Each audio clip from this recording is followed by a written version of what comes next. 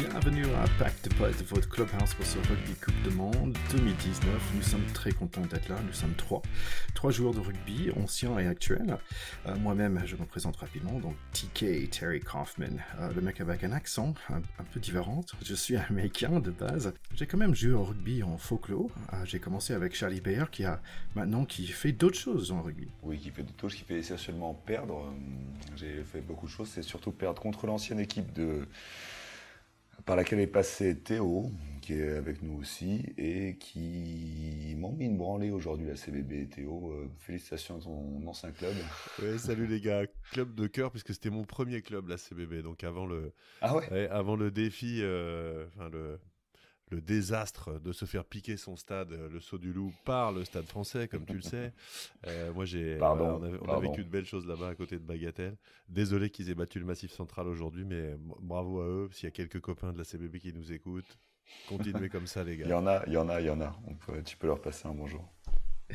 Allez, donc nous sommes avec Charlie Bayer qui est capitaine de Massif Central et aussi Théodore de Saint-Rémy qui a passé par plusieurs clubs, donc aussi notre Racing Man, ancien Racing Man. Nous sommes super contents d'être là avec vous parce qu'on a pu finalement regarder des matchs de ce Coupe du Monde. Enfin, ça commence. Enfin, ça fait plaisir. Après 2 mois d'attente, depuis qu'on bosse un peu. Non, 2 mois, j'exagère. 1 mois, allez, un gros mois d'attente.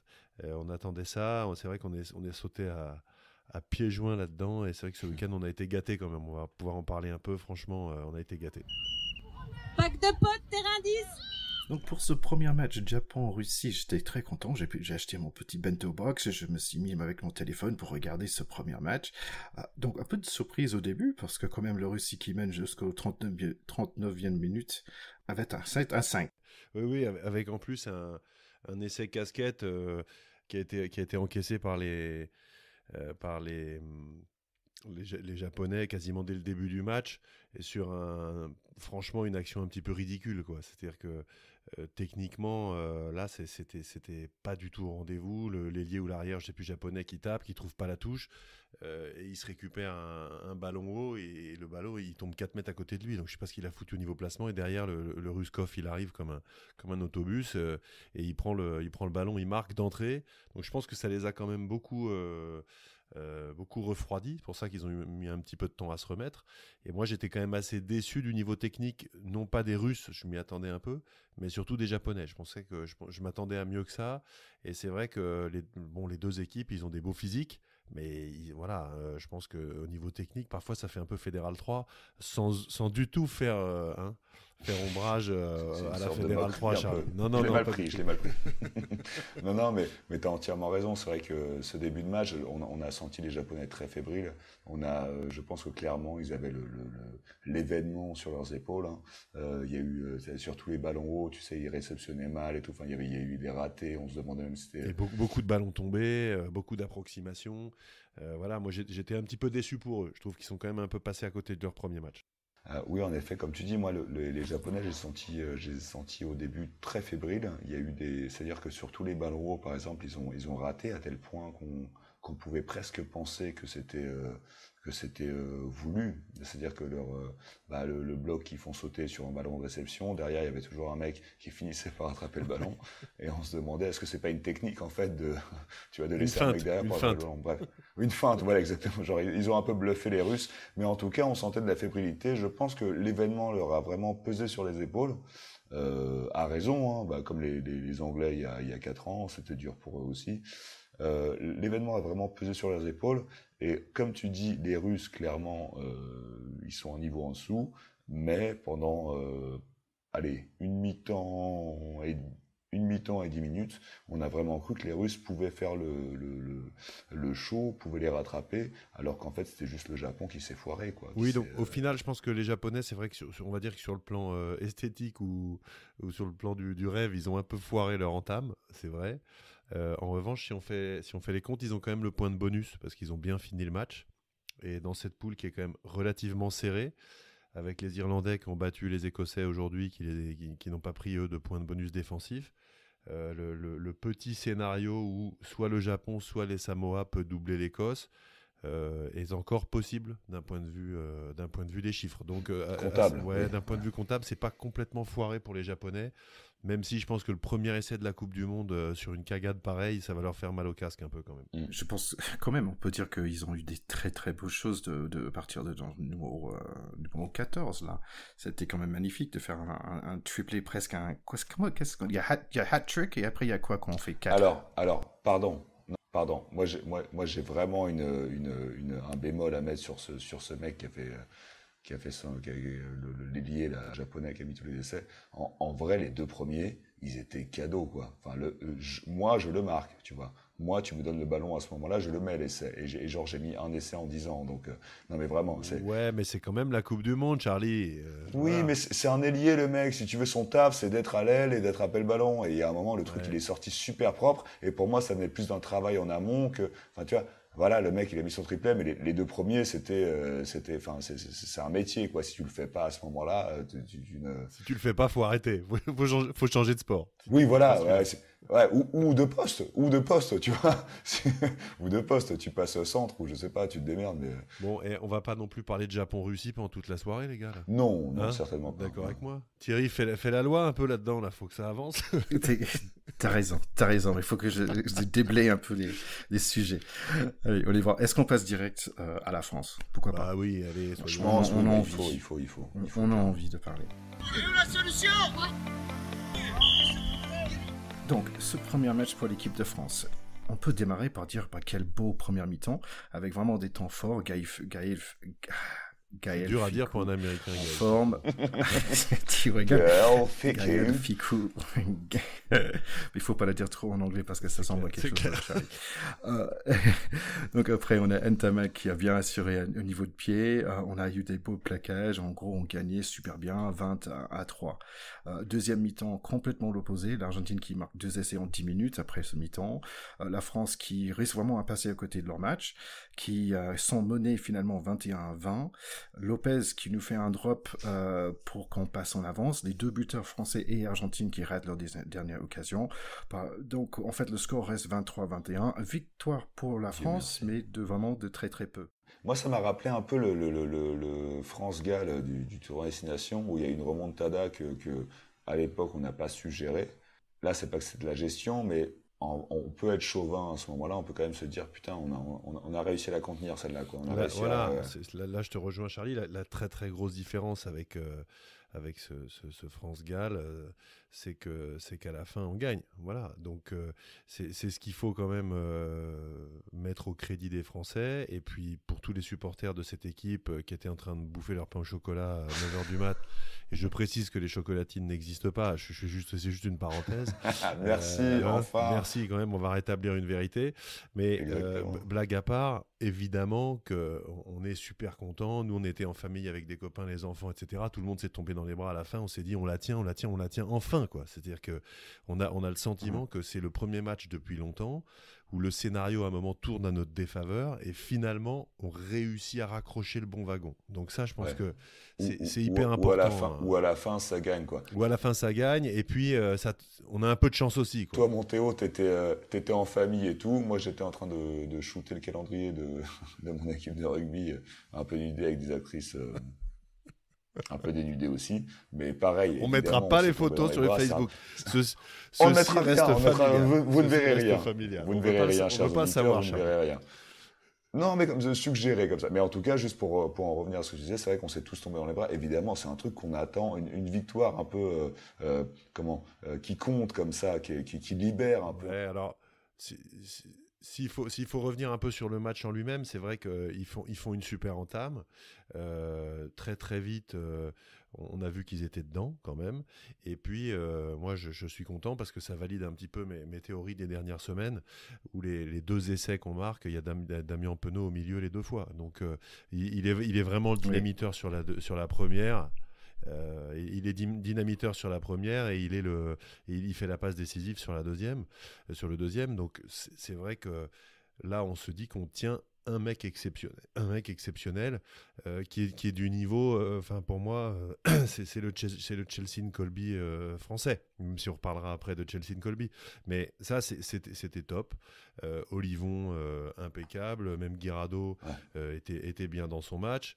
Je vais dire même Guirado parce que c'est vrai qu'il est un petit peu moribond depuis du temps. Est-ce qu'il va être capitaine, est-ce qu'il va pas l'être, machin. Là, je trouve qu'il a fait son job. Et d'ailleurs, je trouve que Brunel, le staff l'a sorti trop tôt. Il le sort à la 46e.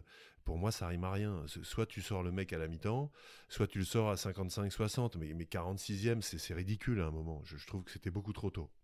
Le match qu'il a fait, où il est ressorti vraiment, où il a réémergé, est-ce que du coup, ça pourrait justifier un peu les choix stratégiques du staff de l'avoir mis en doute un peu dans son rôle de leader, dans son rôle de capitaine? Sans doute, ils les ont piqués, et lui le premier. C'est vrai que tous les journalistes, tout le monde se demandait, et là, avant de rentrer sur ce match-là, il avait à cœur de montrer que c'était bien lui le patron, et je trouve qu'il a fait le job, vraiment. Et d'ailleurs, il avait un masque quand ils étaient dans le couloir, de ces fameuses images où tu as les mecs qui regardent, qui regardent le stade, et où tu sens... Et je trouve qu'on sent beaucoup des choses dans les yeux des joueurs en regardant ça. J'aime beaucoup regarder ces images, et j'ai trouvé que les Français étaient hyper concentrés et avaient une forme de stress positif, et j'ai trouvé que les Argentins avaient un petit air un peu trop sur deux.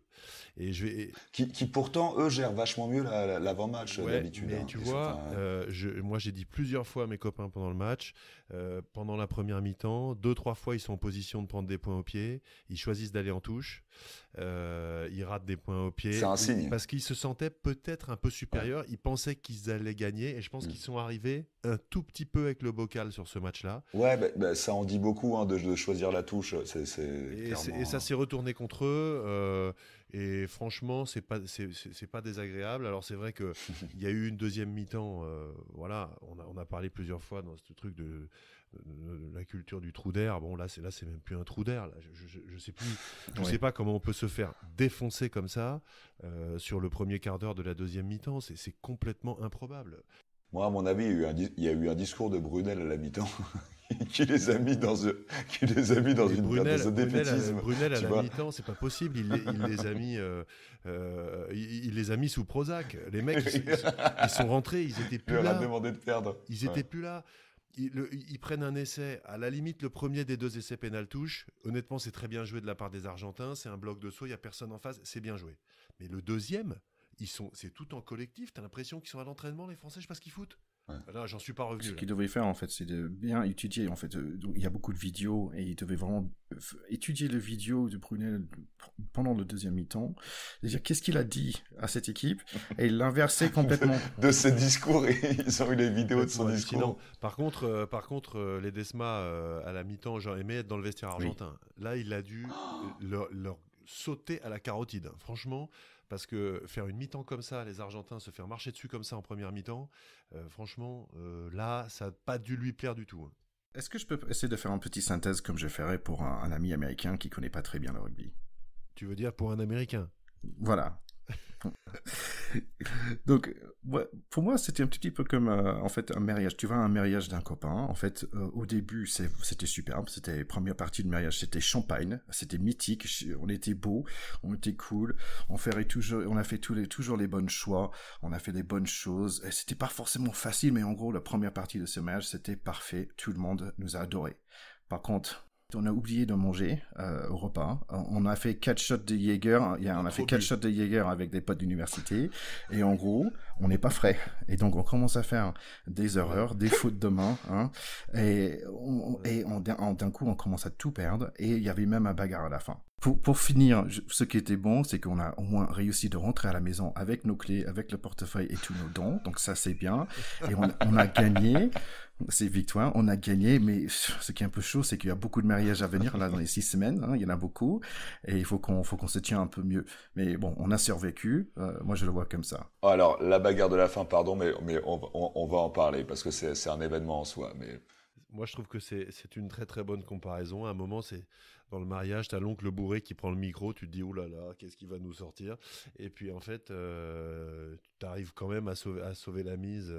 Mais sur ce match-là, en deuxième mi-temps, il y a trop à dire. On pourrait vraiment passer 2 heures sur le sujet, c'est pas ce qu'on va faire. Mais moi, je suis atterré de voir, par exemple, qu'on n'a pas réussi à contester une touche en deuxième mi-temps. Je ne sais même pas si on a contesté une du match. Mais normalement, dans le staff, on a un mec, Julien Bonner, qui est responsable de la touche. Il faut quand même s'interroger quand on se fait marcher dessus en touche comme ça pendant tout le match. En mêlée, à un moment... Alors c'est vrai, maintenant, on peut plus arroser les piliers tricheurs. Avant, à l'ancienne, à l'époque que les moins de 20 ans ne peuvent pas connaître, quand tu avais un mec comme le droitier là, qui se retrouve carrément à plat ventre 3 fois de suite, et t'as l'arbitre qui continue de sanctionner les Français, à un moment, c'est le deuxième ligne qui sort la boîte à gifles et on arrose le pilier droit. Mais là, il n'y avait plus que cette envie, quoi. Mais ça, on peut plus le faire. Donc, à un moment, quand en conquête, il n'y a plus rien à ce point, tu te dis, mais heureusement qu'on a les 3/4 qui avaient les cannes, parce que entre Ntamak, qui a quand même fait un super beau match, qui n'a pas raté de point au pied, sauf la dernière, et il n'aurait pas dû la taper, Lopez était rentré, moi j'avais dit à mes potes, il va la louper, et je voudrais que ce soit Lopez qui la tape, il l'a loupé. Ensuite, heureusement, il met les 2 transformations des coins, ça nous a vachement mis en confiance quand même, puis quand tu gagnes que de 2 points à la fin, heureusement qu'il l'a fait. Et puis au centre, Fickou, Vakatawa, ils ont une santé du feu de Dieu. Voilà, Médard, il fait un bon match aussi. Huger, alors, pardon, Vakatawa qui était même pas sur les, qui est venu sur le tard hein, dans ce staff France. Bah, je suis désolé pour Guitoun, hein, mais il va rester en tribune. Il va jouer contre les Ricains, mais je veux dire contre les Anglais. Le match pauvre, tu veux dire, le match. Easy now. Voilà. Allez. Si on essaie de trouver le bon côté des choses, donc tu avais dit quand même, oui, Ntamak, ouais, je trouvais plutôt pas mal pour un jeune. Je pense qu'il était le plus jeune joueur de gagner un match dans la Coupe du Monde de rugby, c'est bien ça? C'est le plus jeune sélectionneur français, en tout cas. Français, ok. Non, puis là, il empile aussi, il empile de la confiance pour cette Coupe du Monde et puis pour les suivantes. Maintenant, voilà, il sait qu'il peut résister à des matchs comme ça en étant tout à fait à la hauteur de l'événement. C'est magnifique de se construire comme ça. Ça, c'est pour top. les suivantes. T'es déjà en 2023, Théo. Non, mais j'y suis un peu. C'est-à-dire qu'un mec comme ça, il a 20 ans, tu sais qu'il va en faire plusieurs. Voilà, se construire sur des matchs comme ça à cet âge-là, c'est déterminant dans la carrière d'un sportif. Donc moi je suis super content pour lui pour ça. Lopez, c'est plutôt sa tournée c'est son tour d'honneur. Il a foutu un drop de vieille, mais qui nous sauve le match. Ah oui. Et ben c'est fantastique. Voilà, mais.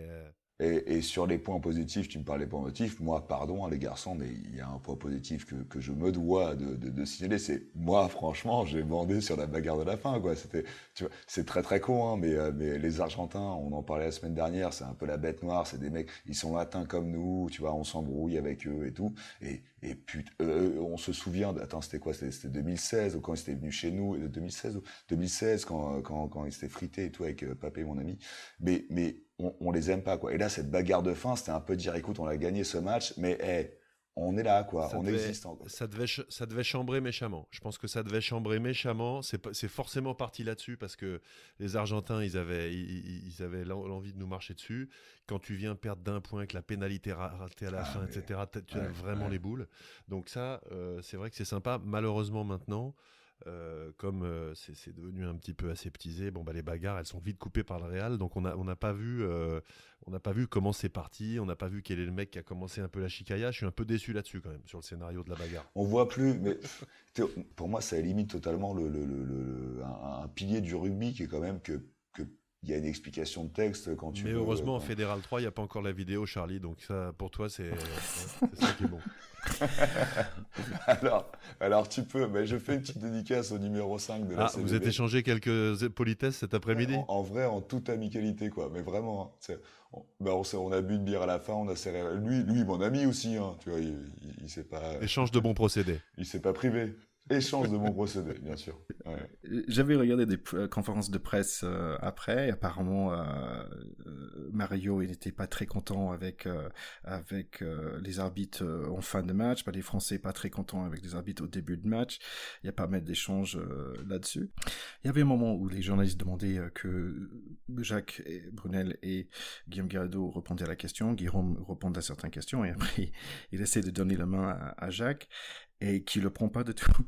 Et en fait, c'est un truc, j'aimerais bien que vous regardiez ça, parce que je me dis, il y avait un moment où où je vois sur la tête de Guirado, il dit mais c'est pas vrai. Et en fait, il regarde le public, donc c'est les journalistes, il fait un sourire comme ouais, ok, et il regarde ailleurs, il est gêné, il est embarrassé, et c'était vraiment juste dommage. Tu dis ça comme une anecdote, mais pour moi, ça dévoile énormément de la vie de groupe. Dans les 2 années là qu'on a eu, il y a eu des fois où tu sentais sa gêne pour expliquer des feuilles de match qu'il fait. Il avait pas l'air sûr de lui, il avait pas l'air de savoir ce qu'il faisait. Et pour moi, ça fait complètement partie de la vie de groupe.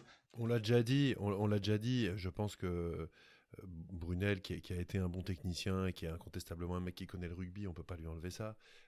Voilà, c'est pas un leader charismatique. Et donc, les mecs, là, c'est bientôt l'acquis, c'est bientôt la fin. Ils se retiennent encore un peu, mais après la Coupe du Monde, sauf si on est champion du monde, ça va balancer sur le staff, mais ça va être sanglant. Pour comparer, j'avais regardé d'autres conférences de presse après les matchs. Par exemple, dans le Nouvelle-Zélande, je trouve que le coach, il n'y a pas beaucoup de choses à dire aux presse, c'était assez marrant. Mais par contre, en Australie, on voit vraiment l'équipe super soudée, le coach qui est vraiment en lien avec le joueur qui défend ses joueurs, les joueurs qui défendent le coach. Tu as senti ça en conférence de presse de l'Australie, oui. Mais les gars, c'est pas un podcast sur les conférences de presse. T'as raison. On va pas y passer la journée quand même. À autre chose. T'as complètement... Pack de conférences, le retour. Pack de conférences. Non, alors t'as parlé de l'Australie, Ticket. Ils se sont fait peur, les Australiens. Parce que, bon, c'est souvent des scénarios comme ça avec ces équipes-là où on lutte, puis on finit à l'usure par les avoir, les équipes des îles du Pacifique. Mais là, contre les Fidji, moi, il y a un moment, je me suis dit, putain, mais là, j'y crois un peu quand même pour eux. Et finalement, bon, la fin de match a tourné à l'avantage vraiment des Australiens. Mais attention aux Fidji quand même, hein. Ils ont une sacrée équipe. Hein. On parlait au début de ce podcast sur la préparation de la Coupe du Monde des surprises qu'on a envie de voir, des matchs un peu de nations off, un peu de nations pas B, mais de nations moins réputées qu'on a envie de voir et tout. Et là, c'était typiquement le match que je pense que tout le monde rugby a bandé pour les Fidji pendant une mi-temps, quoi. Bah ouais, mais c'est-à-dire qu'on a envie à un moment qu'une équipe du Pacifique fasse un gros coup, arrive en quart, voire arrive en demi. Je veux dire, c'est les joueurs du Pacifique aujourd'hui, s'ils n'étaient pas là, il n'y aurait pas de rugby international. Tous les joueurs qui tiennent les boutiques partout dans toutes les équipes, c'est eux. C'est tous des Mélanésiens. Tu regardes, que ce soit en Angleterre, on va parler peut-être un petit peu du match des Anglais de tout à l'heure. Vunipola, Tuilagi, enfin les mecs, arrête, hein, c'est pas des mecs qui bouffent du fog à Londres. Hein. Donc, non mais voilà. Donc, à un moment, c'est vrai qu'on a envie qu'une de ces équipes soit récompensée et on est toujours un peu pour eux, quoi. Et c'est vrai que quand ils tiennent la dragée haute à des grosses écuries, on se dit, bon, putain, c'est leur jour, ça va peut-être le faire. Bah, putain, c'était pas encore là. Ça viendra. J'espère bon, encore. Il y avait aussi le match de la journée pour samedi, Nouvelle-Zélande, Afrique du Sud. Ouais, alors là, malheureusement, on prend vraiment un coup de rabot dans la tronche quand on regarde ce match-là en se disant à part quelques pépites, parce que j'ai dit tout à l'heure que Damien Penaud, c'était notre Chelsea Colby, et je pense que, je le redis, c'est mon chouchou Damien, maintenant que Félix Lambert est plus là, je pense qu'il pourrait jouer dans toutes les équipes du monde, il est vraiment trop bon. Mais ce match-là, Nouvelle-Zélande, Afrique du Sud, on se dit qu'on n'est quand même pas invité. C'est-à-dire que sur le scénario, les 25 premières minutes, les Blacks ont quasiment pas touché le ballon. Ils se sont fait rentrer dedans par les Sudaf, mais c'était un truc de fou. Ils ont tenu, et d'un seul coup, 2 essais en contre, étaient à la 25e, il y a 17-3. Le métier, ils ont touché 2 ballons. C'est un truc de fou. C'était incroyable. Franchement, t'as l'impression que n'importe quelle équipe en face des Springboks, à part les Blacks, t'as l'impression qu'après 20 minutes comme ça, ils sont menés 15-0. C'est pas possible autrement. C'est complètement dingue. Moi, je pense qu'ils étaient gonflés au bloc parce que c'était un super haka du numéro 9 remplaçant. Il s'appelle Perry Nana, c'est bien ça? Alors, moi, je supporte pas le haka. On aura peut-être d'autres occasions d'en parler, mais j'en ai perle du haka. J'adore les Blacks. Mais le haka, supporte. J'adorais. Attends. Pardon Théo, t'es à 2 contre 1 là. T'es vraiment à 2 contre 1. Okay. Perry Nana, il était fatigué après. En fait, heureusement, il était pas titulaire parce qu'il va tout donner le haka. Il était, mais je pense qu'à la fin, il a pris un truc sur la tête pour essuyer, quoi. Il était fou.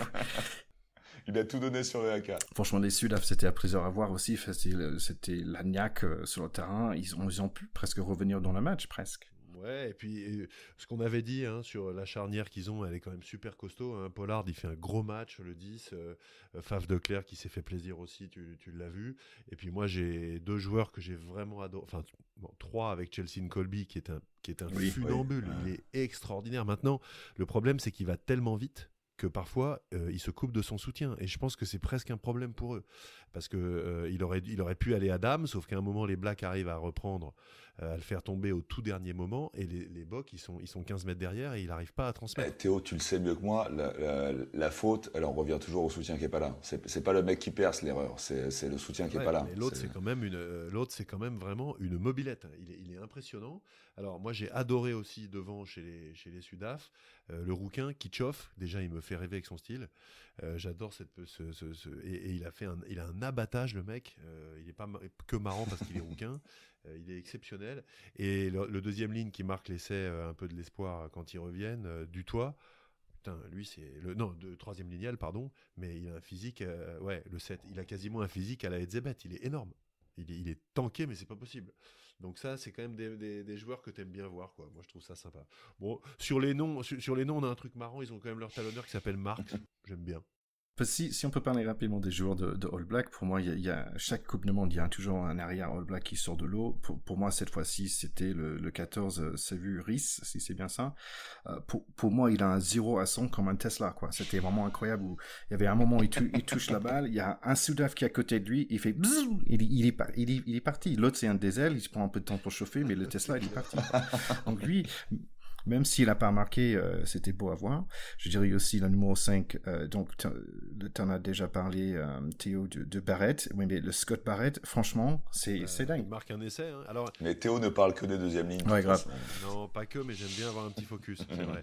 Mais d'ailleurs, il a fait un plongeon dans un but assez ridicule. On sent qu'il n'a pas l'habitude de plonger. Il s'est mis à moitié à 4 pattes pour marquer, c'était un peu grotesque. Comment on fait pour mettre des essais déjà? C'est ça. Mais par contre, il a quand même des cannes parce qu'il vient au soutien de, je crois que c'est Lynyrd Brown ou un truc comme ça qui perce là le 13 et qui joue le 2 contre 1 avec lui. Il refait quand même 30 ou 40 mètres plein badin pour les marquer.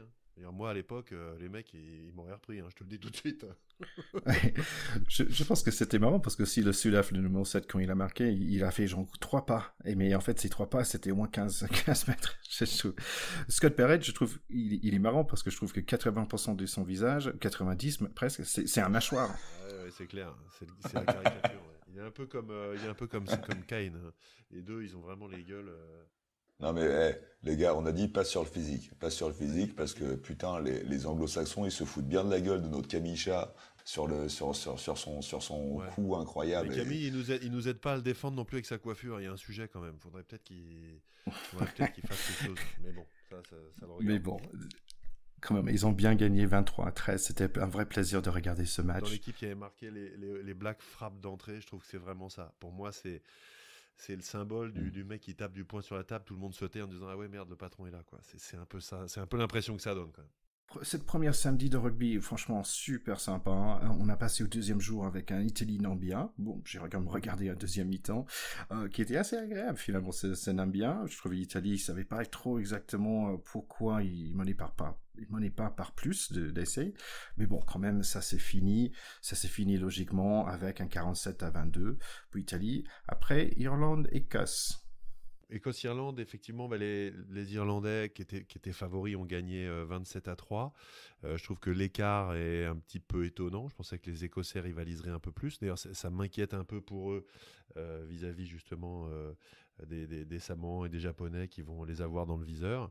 Et ce que j'ai trouvé, c'est que par rapport à notre équipe de France, la sérénité qui se dégage de cette équipe d'Irlande, ça n'a rien à voir avec nous. C'est-à-dire qu'ils mènent 23 à la mi-temps, les mecs, ils gagnent 27-3, puis c'est tout, quoi. C'est pas la peine de se mettre à paniquer, à prendre 2 essais, à devoir finir à la sirène avec un drop qui passe 3 mm derrière le truc, en se plissant dans les chaussettes. Non, à un moment, ils prennent Sexton, ils le foutent sur le banc, le mec, il regarde sa montre, ils se disent, bon, ok, quand est-ce qu'on rentre? C'est gagné, quoi, c'est bâché. Les mecs, ils gèrent, quoi. Ils ont une sérénité qui vient de leurs années passées, enfin c'est ça. Mais je souligne juste l'écart en fait. Je souligne l'écart. Ce qui est marrant, les Anglais, pareil, ils menaient 20 à 3 ou 19 à 3 à la mi-temps. C'est marrant, c'était quasiment les mêmes scores à la mi-temps des trois équipes Irlande, France. Mais regarde les deuxièmes mi-temps qu'on fait nous quand les autres sont juste en gestion quoi. Voilà. Ouais.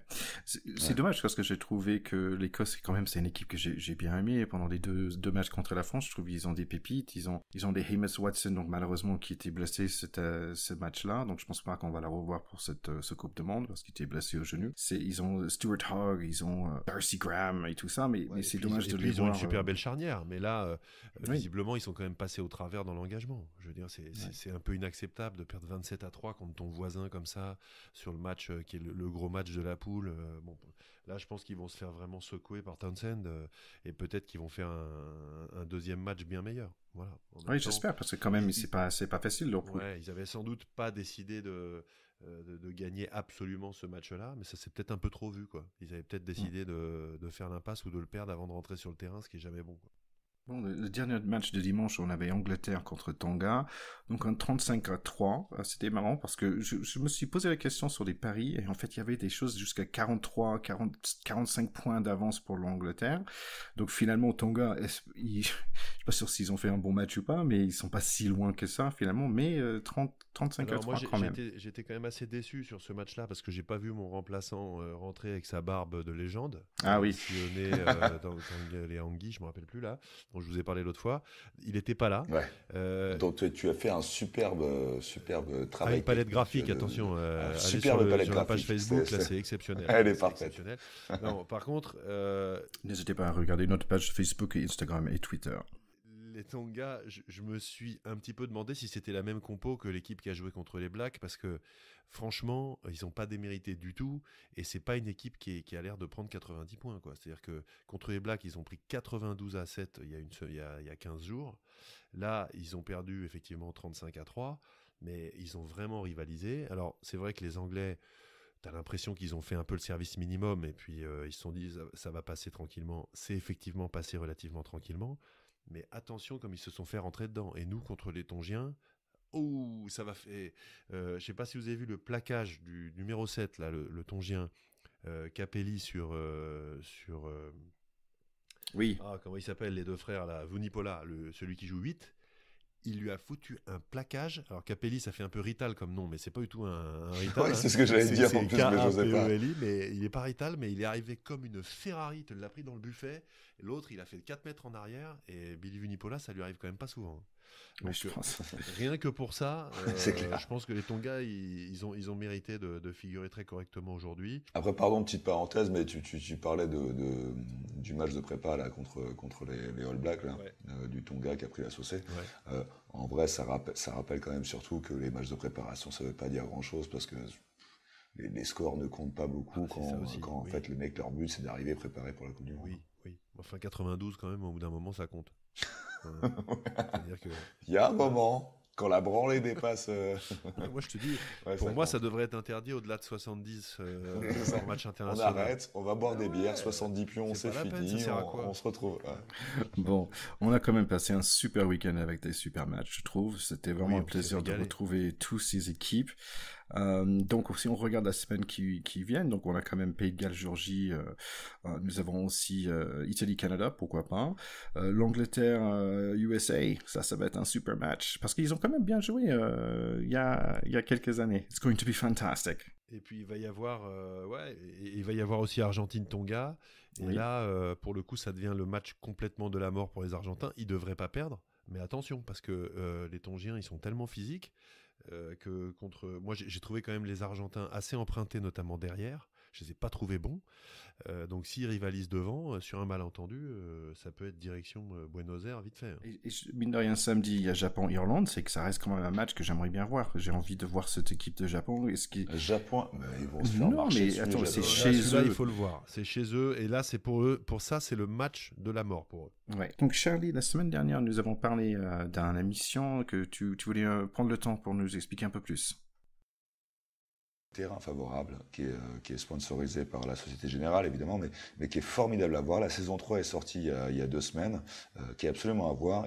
Les 2 premières saisons étaient très axées, ils mettent en valeur, si tu veux, l'humain dans le rugby. Donc les 2 premières saisons étaient très rugby amateur. Là, dans la 3e saison, c'est plus international, c'est un peu différent, ça va partout, ça va en Écosse, ça va en Inde, ça présente le rugby féminin en Inde, et c'est très humain, c'est très dans l'amateurisme, mais ça présente beaucoup l'humain. Là, dans la dernière saison que vous allez voir, du coup, sous mes conseils avisés, mais si vous jetez un coup d'œil à la saison 3, là, c'est très international, ça va partout, mais vous allez en apprendre beaucoup sur les humains que sont les légendes du rugby que nous connaissons. Régalez-vous, voilà, c'est mon petit conseil.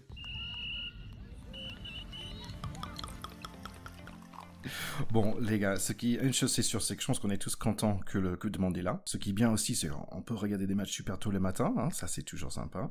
Comme ça, on a la journée pour faire plein d'autres choses, comme les siestes. Donc merci de nous avoir suivis sur Pack de Potes de cette semaine. Nous sommes vraiment contents que ce Coupe du Monde a démarré. Revenez la semaine prochaine pour que nous puissions regarder tous les matchs, nous puissions parler de tous les matchs passés, mais aussi de la semaine suivante. Donc Australie, Pays de Galles, Écosse, Samoa et bien sûr la France contre les États-Unis.